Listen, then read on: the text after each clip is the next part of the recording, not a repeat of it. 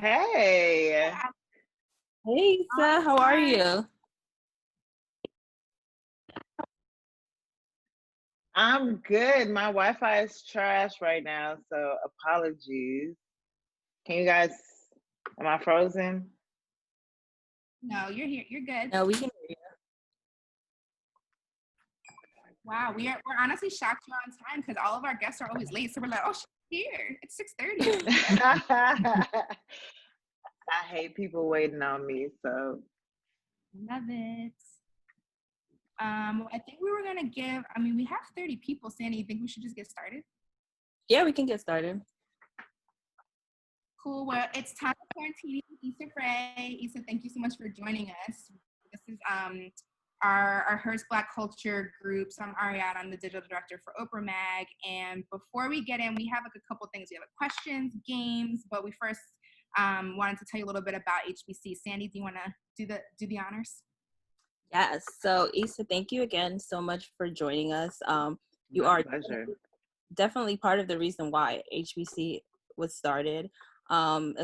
Especially for me, just coming into like Hearst Magazine and not seeing myself represented at Hearst, and just needing a group, a safe space. So that's pretty much why HBC was started, to create a safe space for Black employees, to be a sounding board first for Hearst editorial. So whether they're working on Black culture pieces and they need another ear or they need some proofreading, they can send it over to us and we can just make sure that the message is going across the right way, as well as recruiting more diverse talent within Hearst Magazine. So far, it's like been really, really well. We have about 90 people, if I'm not mistaken, and it's just growing and growing. So we're so excited. You definitely are a pioneer in like making sure that our people are seen. So it's super important that we had this here. Well, thank you so much. I appreciate that. You're welcome. And people got dressed for you today. I see all. Right. I put on some lip gloss and everything for you. I'm like, I don't know why I can see the same order, but y'all like are real dressed up. Should I change out my sweatshirt? Dang. No, you're good. You're good. Normally on these Zooms, we have like a little bun going on, but everybody got dressed today for Issa Rae. I have some questions for you before we open it up to the larger group. So first of all, again, thank you for joining us and tell us a little bit about how you're doing, what's your kind of quarantine situation, and what's been keeping your spirits high these days. My quarantine situation now, we've started the writer's room of season 5. Ooh, sorry, I'm getting extra.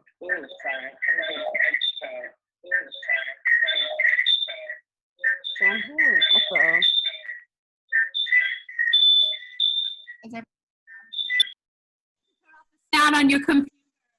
If you're using your headset, you need to turn off the. Okay. Yeah.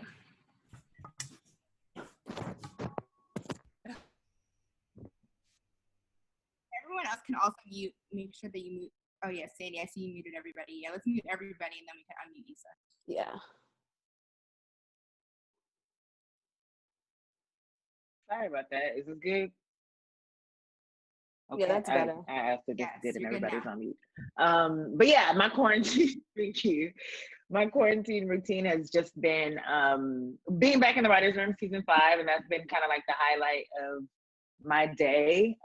We're just working on the next season, and beyond that, I'm a routine heavy person, so it's just been about trying to get writing done and all the other business work that I have with my companies and my team members. But it's just been, I'm kind of gonna be sad when we have to go back to real buildings.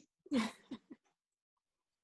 feel like you're a good work from home person? You're cool just being in the house, like you don't miss being in the office? I definitely miss the office. I miss coffee shops and restaurants and things like that. But beyond that, it's just nice to be and work from home. So you've had a crazy year. I mean, I was just thinking about this as we were preparing for this, and I'm like, you're like movie star right now. You got a major TV show happening right now. You got a music company. Like, you have so much happening. Oh, wait, you're still there? I think we lost you. Can you guys all? I am. I think we're at a delay. Yeah. Can everyone just turn their video off? There's a weird delay. If a few people just turn their video off, I think it'll help.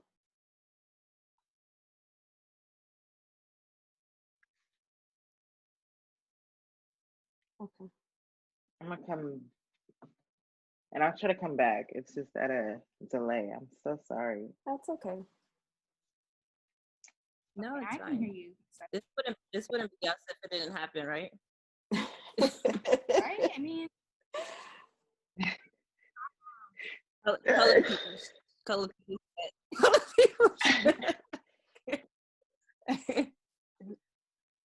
So I just to check, we is it good still now? at a delay for you guys? For me, yes. Yes. I can hear you fine. it's definitely, but it's not a delay. Now it's good. It was a delay a minute ago. Okay, I'm trusting you. You're good now. Now it's good. It's like a little slow, but it's not delayed, so I can see it. Okay. Okay. Can you hear me okay? Okay, cool. Mhm. Yeah, so no, I was just asking. I was saying that, like, you have literally a million things happening. You got Insecure. You just had you've had 2 movies. Was the Photograph this year or last year? I don't even know what day it was. The Photograph was this year, right? It was this year. It was in February. So you had 2 movies this year. You also have a music. So tell me a little bit about, like, was this kind of planned? Was it like, were you kind of like 2020 is my year? Like, I have all these things going on, or was it like, this is just kind of how God worked and this was the year for you? It kind of just worked out that way, you know. Insecure takes up like 9 months out of my year, and then I have a small window to do movies, and I don't know either when I even filmed those movies, whether it was in 2009, it had to be 2019. But I was just like, okay, this is the window. I have 3 months off, and I'm just gonna shoot these and then go back. And then, you know, they decided to come out around the same time this year. So part of me was like, okay, well, this is like, it's gonna be out here. It's gonna happen, and we'll see. Like, this year will either make or break me. And I got really anxious about it. Like, oh shit, this year, like, it'll either pop or it won't. Like, I don't know what to expect. The show is gonna come back around the same time, so it just feels like a lot of me.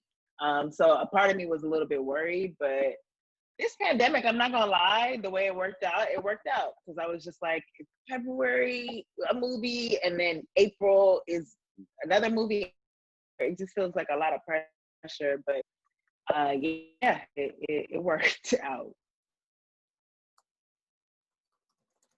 Are you a self-care person? Like, I know Molly and Issa on the show have their little self-care Sunday. Are you like, do you have anything that you do to kind of make sure that because you do have so much going on that you're taking care of Issa? No, unfortunately, I do not. I need to get better at that. In fact, I had a massage booked right before the pandemic, and then literally, you know, I couldn't go. I was like, they're not taking nobody. They're not, like, they won't even touch my body. Okay, cool. Yeah, I could have COVID. I get it.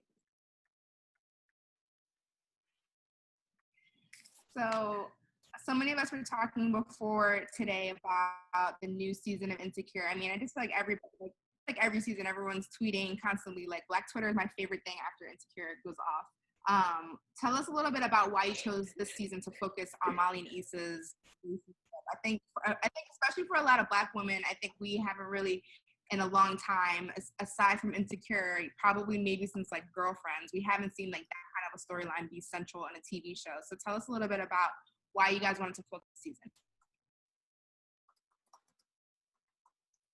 I think we had been kind of building to this moment, and for me, it was just also about tackling things that I had experienced. Like, I've experienced real life friendship breakups, and to your point, I had not seen them until a show like Girlfriends, or, you know, it had been elements in certain shows, but it had never taken up, you know, the entire story. And I feel like if we've done our job, you care about Molly and Issa, and you care about this relationship. And it was also just a reminder that this show is about, at its core, Issa and Molly. And their friendship, I feel like, has been put to the test because they're in different stages in life, and they've kind of swapped, where Molly is focusing more on her relationship, and it's her first time entering, or first time in a long time entering a serious relationship, and she wants to focus her energy on that. And then on Issa's side, she's focusing on building this platform for herself, and this business, and this block party, and that means so much to her, and her career is her main focus. And so there's just the tension of those shifts in their relationship. I think like a lot of people, I mean, most of the people in this group are creatives of some kind, or we all work in media, and, you started off as a writer, and you're, a creative, at your core, but now you're also like movie star, like starring in, these big projects. So one question that someone had was, how has that transition been for you? Is that something that you feel like, was there anything that you had to unlearn, or did you have to kind of prepare yourself to be like an on-screen star when you always were more of like the writer creator behind the scenes? A little bit. I think, Insecure preps me a lot, but I will say that I don't think I'll ever go into a movie without having time to process again. I think for me, doing other movies, it was just like I just felt like I had more time to decompress, and I really want to be able to take on the next role and just be like, this is my entire focus, because I feel like that's the benefit of a lot of actors who get to focus on just acting, is just like you get to dedicate your entire being to that. And I think as a writer, performer, producer, even on Insecure, I get to juggle, I get to wear one hat at a time, and focus on one thing at a time. And obviously know the story inside out, so it's a different process. But for a film, I just want to be afforded the same thing, and that's a learning lesson to me along the way. It was just like, I wonder what it's like to just purely do one job, and immerse yourself in one job. One thing, I mean, there's been a lot of conversation around Gabrielle Union, spoke out, and she said that like during this pandemic, it's harder for Black entertainers specifically to like find opportunities and to be making money right now, which I thought was really interesting. And, I thought it was an interesting aspect that no one was really talking about. Is that something that you've seen, that you feel like there needs to be more support specifically for Black creatives right now? 100%. I think that she was spot on with that. And, I'm glad that she put a voice to it and put words to it, but it's just, it's a huge problem in this industry. And I think it's something that I think Black creatives and certain creatives of color are interested in tackling, but it's not necessarily a top priority for white creatives who, frankly, run this industry right now and who are in the executive position. So it's just, it gets discouraging sometimes. And I admittedly am in a bubble, because sometimes I'm in a bubble of Blackness. And I like, even going from Insecure and other projects, I've been naively floored to be like, what the fuck? Like, everybody, all of y'all didn't even try. Y'all didn't even try to hire anybody.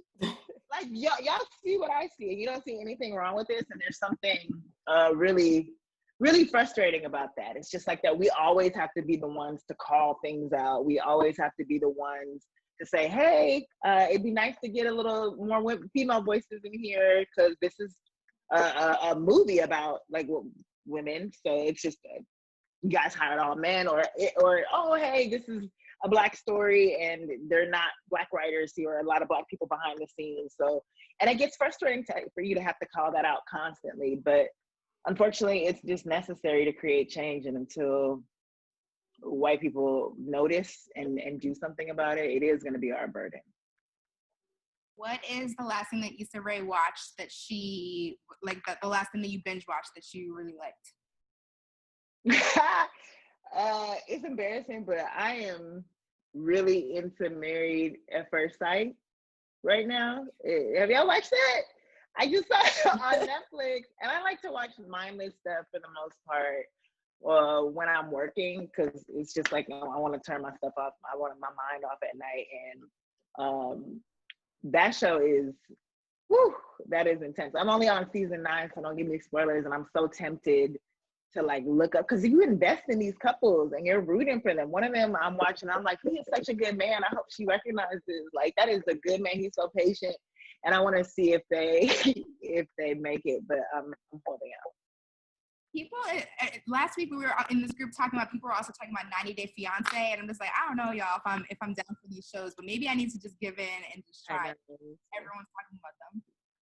Yeah, I had to do like a promo thing for 90 Day Fiance, and I was like, I need to watch this, but I don't have the channel, so I would be watching that too. Okay, my next question before we go to a game real quick.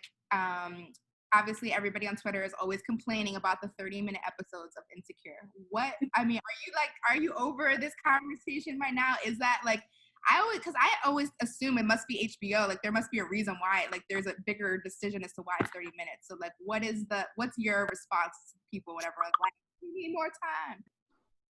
Because I sold a half-hour show to HBO. It's so many different factors. It's like, yeah, it's a comedy. I know that we have dramatic elements, but it's supposed to be that length, and we want to tell stories at that length. And I think we examine the show. I know we examine the show as a season. So like, there may be some episodes that like 6 and 7, if you watched last week, 6, 7, and 8 actually are to be considered like one full story. And you'll see 8Y on Sunday. And we like to just play with our storytelling. And I think once it becomes an hour, it's a drama, you know. It is, no matter the format, it's still a drama, and it's just you're telling different stories than what we set out to do. And I wanted to make a core story about, you know, like I mentioned, Issa and Molly.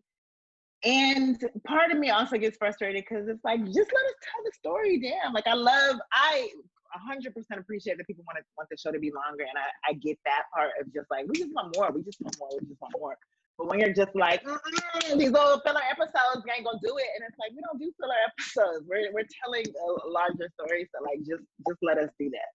I wonder sometimes, I'm like, sometimes I think that maybe because we're so used to binge watching everything now, like on Netflix, like you could just watch all the episodes. I feel like that's part of it too. Is like, we're not used to anymore waiting. Like, we gotta wait a whole week to find out if Molly is talking to the therapist. Like it's a whole week. So I think that's probably part of it too.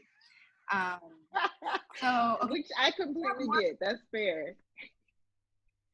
So we have more questions, but wanted to take a break real quick because we saw you were on Black AF on Netflix, and so we thought it would be a good opportunity to play a little game of Black Card Revoked, which is our favorite game in this crew. So Christine, do you wanna take it from Sure. here? Can you guys hear me okay? Yes. All right. Am I still at a delay? Are we still good? No, we're good. I like turn my camera on and come back. Okay. I think you're good. So here we like to play a little game of Black Card Revolt, where we kind of test your Blackness. We all know that you are, you're there. You are the epitome of Black, but we want to see where you are with this game. So without further ado, your first question is: in Bonnie and Clyde, young Hove told B to look for him where? A, the studio. B, cruising on the West Side Highway. C, at Ty Ty's house. or D, in Marcy Projects. Cruising down the West Side Highway, Beyonce Harmony. All right. Ding, ding, ding, ding, ding. She got that one right, y'all. Thank you very much. All right, next question. So, who played Ricky in Boys in the Hood? Is it A, Ice Cube, B, Tupac Shakur, C, Morris Chestnut, or D, Cuba Gooding Jr.? It's Morris Chestnut, right? It is. Yes, you got it. Oh, phew. I'm like, is Cuba or Morris? Okay, great. That was a hard one. I had to double think for that one too. Next question. So who was not a fly girl in Living Color? Was it A, who was not a fly girl? Is it A, Jennifer Lopez, B, Tisha Campbell, C, Carrie Ann Inaba, or D, Rosie Perez?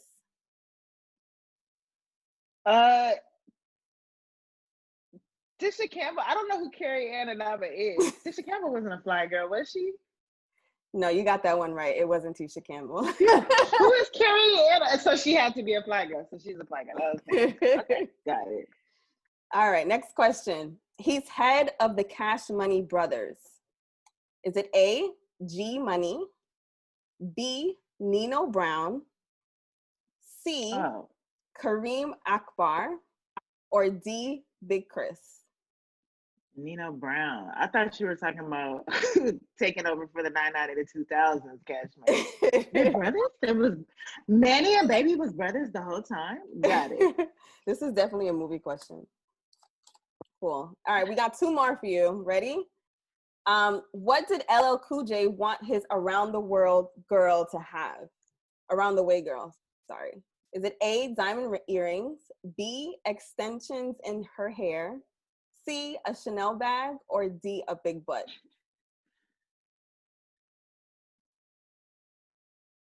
I want a girl with extensions in her hair. But is it? Okay, yeah. I was like, didn't he want a Chanel bag too? But I'm wrong. She probably did on the low. All right, last question. According to Queen Bee, what is the best revenge? Is it A, slaying? Is it B, dinner at Red Lobster? C, a mean wig? Or D, your paper? The best revenge is your paper. Yes. Yes. Let them know. That's it. All right, Issa, you were 6 for 6. You can keep your black card. Absolutely. Thank you so much. I would like to hold on to it. Issa's black card is not revoked at all. Okay. Before we open it up to questions from the group, Tommy, I think you had a couple questions. Did you wanna go next? Yeah, for sure. Issa, thank you so much for joining us. We're so happy to have you, and I know I can speak for everyone in Hearst Black Culture when I say that you're bringing so much joy to our day today. So thank you for coming. I want to ask a question about Insecure. So I'm all caught up, and I've been watching every Sunday faithfully. And I just wanted to ask you a question about, we're definitely on the edge of our seats for the next episode. I mean, I think Issa had, in the episode that Issa has been handling her interactions with Lawrence very, very well. Can you give us just some more insights on Issa and Lawrence's dynamics? I feel like they just seem a lot more mature now in terms of like handling situations with each other. Obviously, Lawrence is in a very a better place with his career. He's not working at Best Buy anymore. He's, doing more things in tech, and like Issa's kind of growing in her own right with her eventing and all of that. So just can you give us some more insight on like what we can expect in terms of like their relationship dynamics in the next episode? I can give you non-spoilery stuff where I can tell you that next episode is from Lawrence's perspective. So if you'll notice, like post Block Party, episode 6 was Issa, 7 was Molly, and this is more about Lawrence. And I think you're right. Like it's been a year since they've broken up. Since the course of the series, I know that we've been doing this show for 4 years now, but on the course of the show, it's probably been like a year and a half so far. So that gives you insight into like how far they've come and how long it's been since they've broken up and all the things that they've been through since one another. So I guess that's all I can say in advance of the episode on Sunday, but you'll get insight for sure. Awesome. Well, definitely looking forward to it. And then I also wanted to ask, the fashion in the show is so spectacular. So obviously, the costume design, I think Shiona is like mind-blowing with what she does in terms of all the costume design and just kind of creating the best moments with fashion in like all of the different scenes. So how do you kind of create that marriage of like fashion and costume design? I was watching the show the other day and we were just gawking at like all of Molly's looks during the travel scenes. So like from that whole like yellow off-white number, the Nike number that she did when they were hiking, to like that all white look, the bathing suit look when she was kind of like walking down the beach. So I just want to know more about like your process in terms of like marrying the fashion element to the script, but then also like where can we find out more information about like what these looks actually are? Because I'm like, I think I'm a pretty, like, I know fashion a bit. Like, I know a Valentino pant when I see one, but like, I want to know, like, I want to know what Andrew's wearing. Like, is it, you know, what I think it is? So yeah, so I guess it's a two-parter. Like, what's, you know, kind of, how do you marry those two aspects? And then also like, how do we know, like, how can we find out more about like what everyone is wearing on the cat in the series?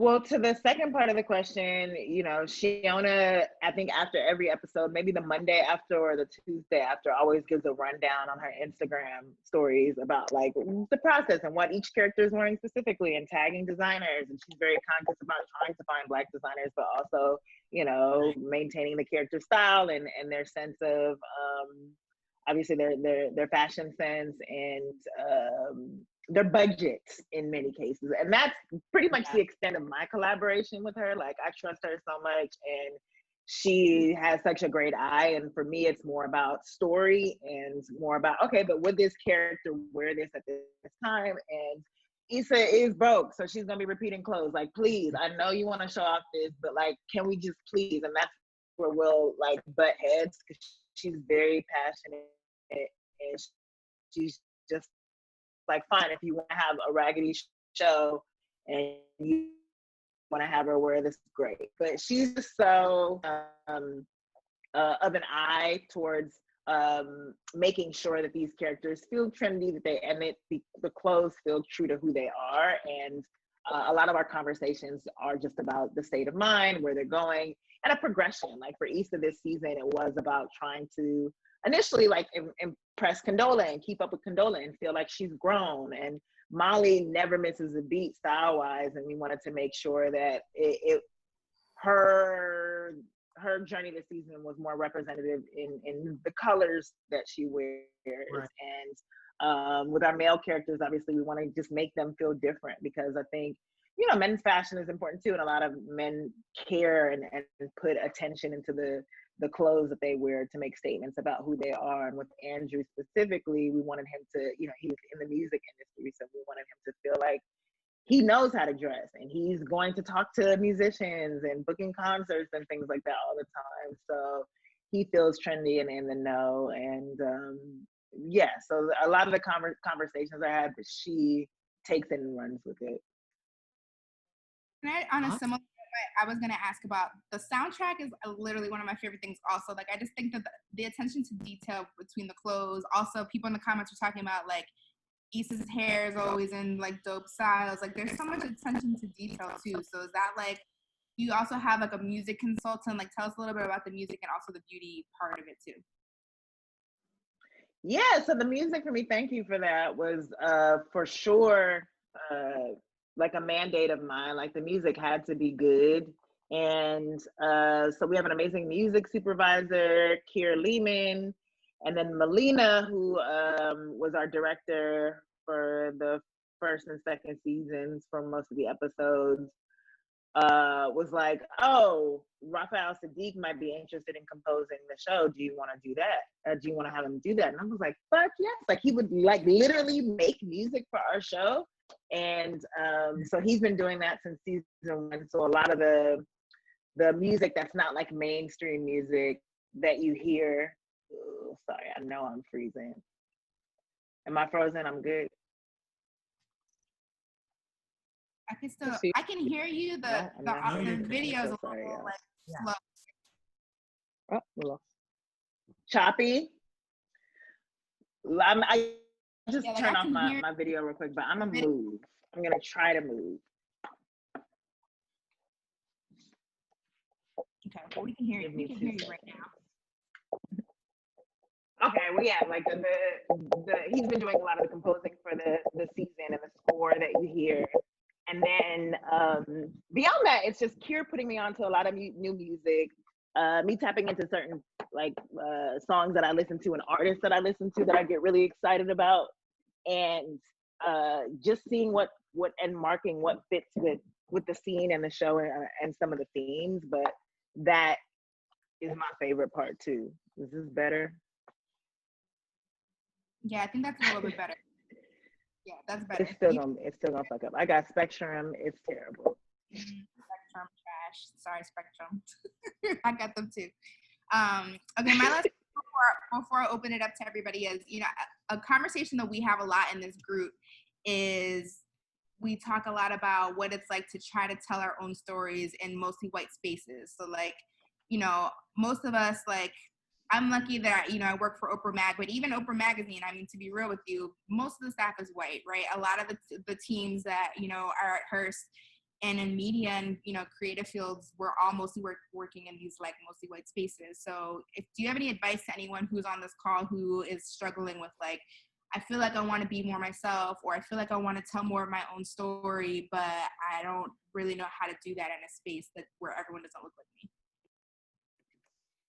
Ooh, that is hard. I would say to find your people, find whether they're allies that are Black or allies of color. Like, y'all just gotta get together and do the best with what you can. I would also say, like, to examine how much you care about your job and recognize your worth. Like, you were hired for a reason, and so your voice matters. And I know that it can be frustrating to be the one to speak up or to feel overlooked. But people have to value your presence at the end of the day. Like, if you're doing your job right, you have to understand what you're bringing to the table. And so to kind of rest in that and rest assured. But I think finding the people that you can connect with and who share your sentiments is so important. That's dope. Okay, Cortland, is Cortland here? I can't see it. There's mad people in here. Cortland had a question. Oh, there she is. Cortland, you had a great question about the music company. I'm gonna send it to you. Oh, hey, Issa. Thank you so much for doing this. This is so dope. You are goals. I just wanted to know, like, I wanted to know more about, like, your music company and just, like, as a creative, when do you identify good moments to, like, extend another leg of your entity? Because you're literally an entity now. So, like, how do you go about knowing when it's safe to add a new leg to it? And just more like what is going on with radio? Well, thank you for those compliments. For me, it's just if it feels right, and if I have the people and team members behind that support it. Like, I constantly, before I take anything new on, will gather the people I work with together and just be like, look, this is what I'm thinking, because I'm a very impulsive person too. So I have to ask myself, like, one, is this something that I could actually take on bandwidth wise? Two, am I qualified to do it? Just because I want to do it doesn't mean I should do it. Mm-hmm. And three, if we have the support to make it happen, and I have to make sure that everybody on the team is willing to put in the work for it too. Like, because I don't want to do this and, you know, somebody is just not as enthused or is lackluster or not giving it their all. So I assure that they commit to it. But I very much trust the people that I work with. And even with something like radio, I've been working with the current president of the label since 2011. Like, he was my homegirl's boyfriend at the time. They didn't last. Their relationship didn't last, but ours did. Our working relationship. And he's just been, you know, phenomenal. He came from a music background, but wanted to help me with my web series, wanted to work in business development. And as we were transitioning into film and television, he was taking that journey with us, but that wasn't necessarily his ministry, you know, but I always recognized his work ethic, and he was as into it as he could be. But when this music opportunity came up, when I got approached to start a label, I hit him and I was like, yo, this opportunity came back. Like, I think that you would kill it, and I feel like you should run it. And especially given your music background and your business background. And trusted him, and he has hit the ground running with it, just in terms of making it what it is, and even the vision for it is. I'm just so proud of where he's taken it so far behind the scenes. So, in short, yeah, I trust the people around me to help me make these decisions. Awesome, thank you. Alyssa, you don't have your video on, but you had a good question about working with like network executives. If you're there to ask your questions. Hey, Issa, can you guys hear me? I can hear you great. Oh, perfect. So my question is, as executive producer, when you're in that creative room making decisions on TV shows and movies, have you ever felt like you had to fight for something to stay on the show? Has there ever been a time where a network or a person has tried to water down topics similar to like Kenya Barris's experience with Blackish? Luckily for me, no, because I mean, I've had to definitely fight for content in shows and content in episodes, but I will say that with HBO, the blessing and the whole reason I wanted to work with them is because they are so raw and unfiltered. They're very creator friendly. And so content wise, like any of the race stuff that we're talking about, any of the sexual stuff that we're talking about, anything that we're talking about, they've never questioned the content. They only focus on story. And that's what I respect. Like, it's always been like story notes or getting an edit back. Like, do you need this scene? Does it inform the story?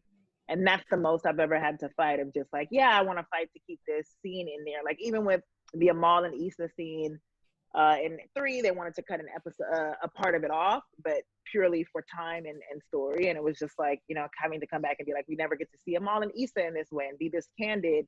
And it just feels like a good moment for them. But beyond that, they're having, and then when you tell them that, they're like, okay, cool, I get where you're coming from, and let it ride. But it's been a purely creative process, and I'm thankful for that. But ABC, that's a different world, baby.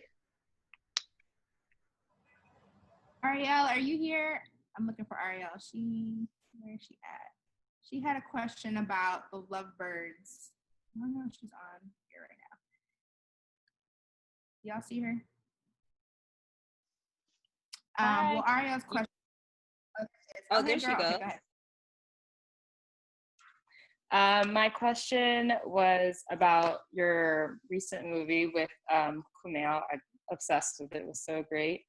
I was laughing the entire time, but I wonder what it was like developing chemistry with Kumail, given the fact that it was a comedy, given the fact that the topic in the film was also hilarious. How did you guys kind of center yourselves to focus on the romantic aspects?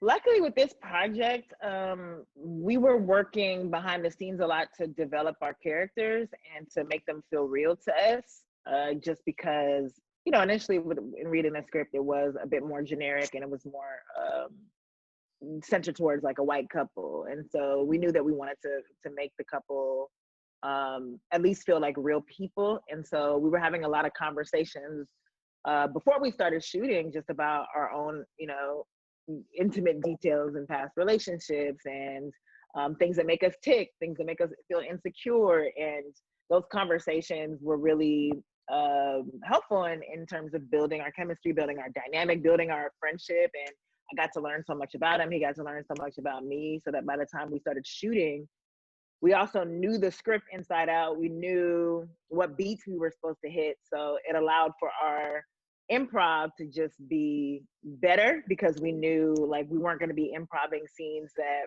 didn't make sense to the story. It was just like being able to bounce off of each other. And that was so much fun. And he's so, you know, he's so experienced. He's a stand-up comedian. He's so witty and so funny. It was, you know, it was just such a treat to be able to try to, you know, catch up with him in many cases. And he, you know, he just cracked me up in so many scenes. So I definitely left that set like, damn, I feel like I got to work with with Serena Williams. I don't know any Pakistani tennis players, or else I would have given that example. But he was legit. Thank you. I have one more question, which was about your creative process, because you have a lot of different projects going on, and you're a writer, but you're doing a lot of things. Do you ever have writer's block, or is there anything that you do when you're like, I feel like I need to kind of give myself a dose of like creative energy right now? And what's the secret? I procrastinate a lot, though I don't have time to as much anymore, but I just allow myself that. Like, sometimes if I'm not feeling it, I allow myself at least one day a week to just say, fuck it, nothing's gonna get done today, and I'm only gonna feel bad about myself if I sit in front of this computer and can't think of what to write or don't get done what I needed to get done. So I have to allow myself just that day to just be like, fuck it, it's not gonna happen today. And then by the time I get to the next day, I'm hungry. Like, I'm like, ooh, I missed out. Let me think. And it comes to me. Or, sometimes if it is just purely writer's block, I'll watch something, I'll read something, I'll take walks, I'll talk to my friends and try to get inspired. But I try to find inspiration. But sometimes it really just comes down to, sometimes the page is scarier than anything, and it's just starting. And so I also make mini checklists that are so basic, where it's like, write one sentence today, or get a page done. And as long as I can check that off, I at least feel like I've accomplished something. So, Terrence, I think you also had a question. Oh, I see Terrence with the shirt and the flowers. Hey. It's the Lovebirds. I think first and foremost, I think single-handedly, you have made automobile cigarette lighters more relevant than ever before. So let's see if that's a trend that happens with new models, but amazing. But my real question is, I was curious because it was just so refreshing to see two brown people be the lead of more or less a romantic comedy, let alone two brown people that aren't the same race. And I was wondering, during the whole process of creating the movie, was there ever any pushback, or was that a question mark, whether it was marketing, et cetera? Or do you feel like both you and Kumail's stardom and who you are transcended that? Yeah, that was not an issue. Kumail was already attached to the script before I came on board, and it was just a matter of saying that I wanted to do it. And then beyond that, of course, there are things where it's just like, okay, are there people that are representing us on the marketing side? Are there people that know what they're talking about so it doesn't sound crazy? But yeah, beyond that, there wasn't pushback or any concerns about like who we were as people and our ethnic backgrounds or racial. Amazing. Thank you. Megan, you had a question about Megan, I think you had a question about writers, if you wanted to ask that question. I'm curious. Oh yeah, okay. Hey Issa, what's up? I work at Cosmo. I helped out with like the video portions of your Cosmo cover shoot. Not sure if you remember, but that all happened like right before we all. It came out so good. Nice to see you as well. Yeah, right? I think it turned out well too. Obviously our best cover yet. Anyways, I just want to know like your process for like finding writers, hiring writers, like, like I'm not trying to ask for any particular reason, of course, but just like, like, and also just like people that you hire in general, like the people that you like to surround yourself with, because I know it's hard, like it must be, especially considering that you have a lot of hands, a lot of projects. Yeah, well, thank you again. We usually find writers through, sometimes we do contests, and that's how we find writers. Like a lot of the people that I work with, like even holding an Insecure contest to get PAs on set, like two of the PAs that we got there have gone to our writers' rooms. And with Color Creative, another company that I have discovered a few writers from there, just who didn't have representation. But beyond that, it is typically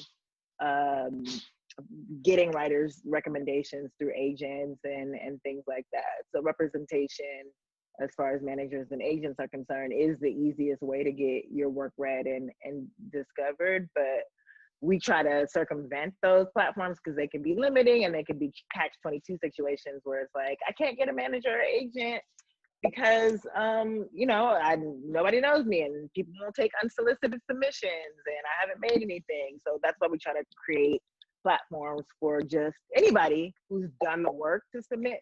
But beyond that, this is such a recommendation heavy industry. It's just that's what it comes down to.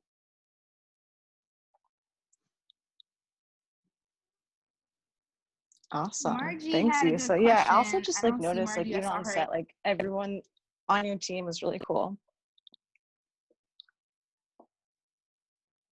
Oh, thank you for that. Oh yeah, that was ghetto. Just I don't know Margie, what I was looking happened. for you because you had a question about that. Technical difficulties. But Margie, if you're here, ask your question because I think this is a good one.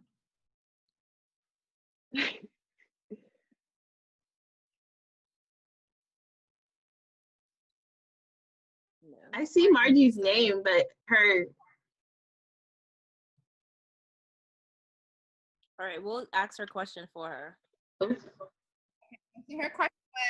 Her question was how are you and your products received outside of the United States in places like Nigeria or Senegal?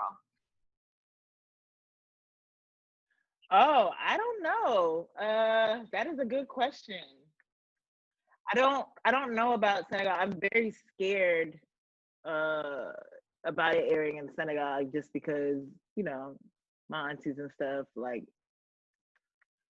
they're like hardcore Muslim in some cases, and that is not how I want them to see me. They haven't seen me in years, so I have no idea. I did go to an event called MIPCOM and got to hear. That was the first time that I realized, like, oh, Insecure is in multiple countries, and people get to check it out. And I was like, but who's dubbing me? Like, are y'all dubbing me, or is it subtitles? Like, whose voice is it? Is it a high voice or a low voice? But I'm actually not sure. This is the first year where, like, even with this Netflix movie Lovebirds, it just went internationally so quickly. And I've only heard about Insecure like on social media through South Africa, which is so dope just to see people tweet about the show, a couple days later, and then the UK. But I would love to hear about everywhere else in Africa except for Senegal. That's dope. Sandy, I feel like you had a little outro that you wanted to do as we start to wrap up. I also feel like we need to do an official cheers because we haven't done one. I don't know if Issa, I don't know if you're drinking. You're in LA. I've been drinking this whole time and y'all have not. So where are y'all? Oh, okay, I see drinks now. Okay. I have been. I felt like an alcoholic by myself. Oh no. Cheers.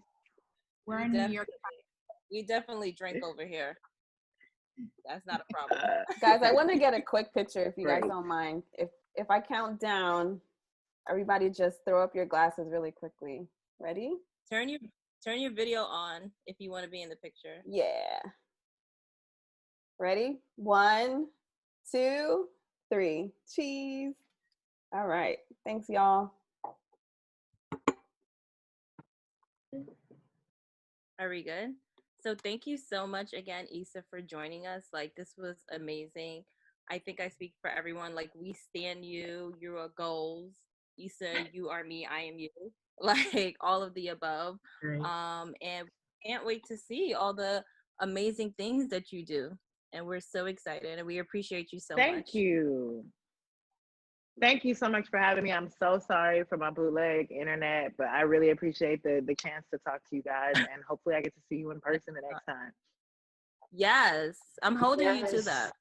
Once this corona is over, okay, and like social distancing, we're gonna have you in Hearst, like we're gonna kiki. It's gonna be lit. Easily, I'm there. All right. Christine, we're gonna take a picture? We just did. Oh, I missed it. Where were you? I had the extra video. My video stopped working, so I had to get back in it. All right, let's do one. Yeah, we could do it. Do it again. Anything for you, Brittany. Yeah, the ghetto-ness is at all-time high today. Ready? 1, 2, 3. Got it. The best, girl. Thanks, Issa. You the best too. Thank you guys for sure. It was great to talk to you all. Have a good rest of the day. You too. Take care. Bye, guys. We love you. Bye.